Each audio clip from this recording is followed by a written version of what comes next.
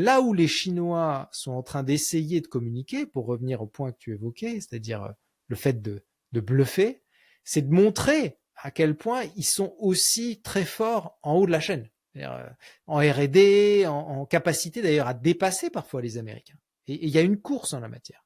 Parce que tu as vu là, récemment le dernier modèle d'IA qui est sorti, Kimi, qui dépasse ChatGPT et qui dépasse Anthropic. On est dans le même type de communication. Voilà, donc ça, il n'y a plus que les Américains, tu vois, qui le font. Les Chinois le font aussi. Ouais.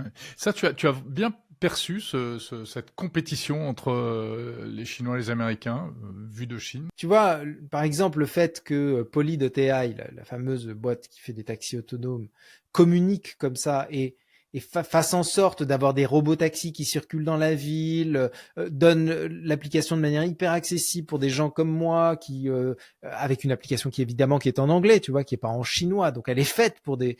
C'est bien la preuve qu'ils sont dans une course à la com aussi pour montrer la puissance chinoise. Et très honnêtement, ils y arrivent bien. C'est-à-dire que la techno fonctionne, hein, robot taxi en l'occurrence. Les robots que j'ai vus, bon, ils sont pas autonomes, mais ils sont de la même qualité, voire j'ai pas vu le Optimus, mais à mon avis, même qualité que Optimus. Xpeng, le robot Xpeng est largement meilleur. Hein.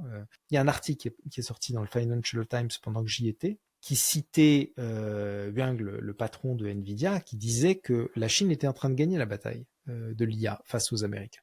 Donc il y a quelque chose qui se passe, ouais.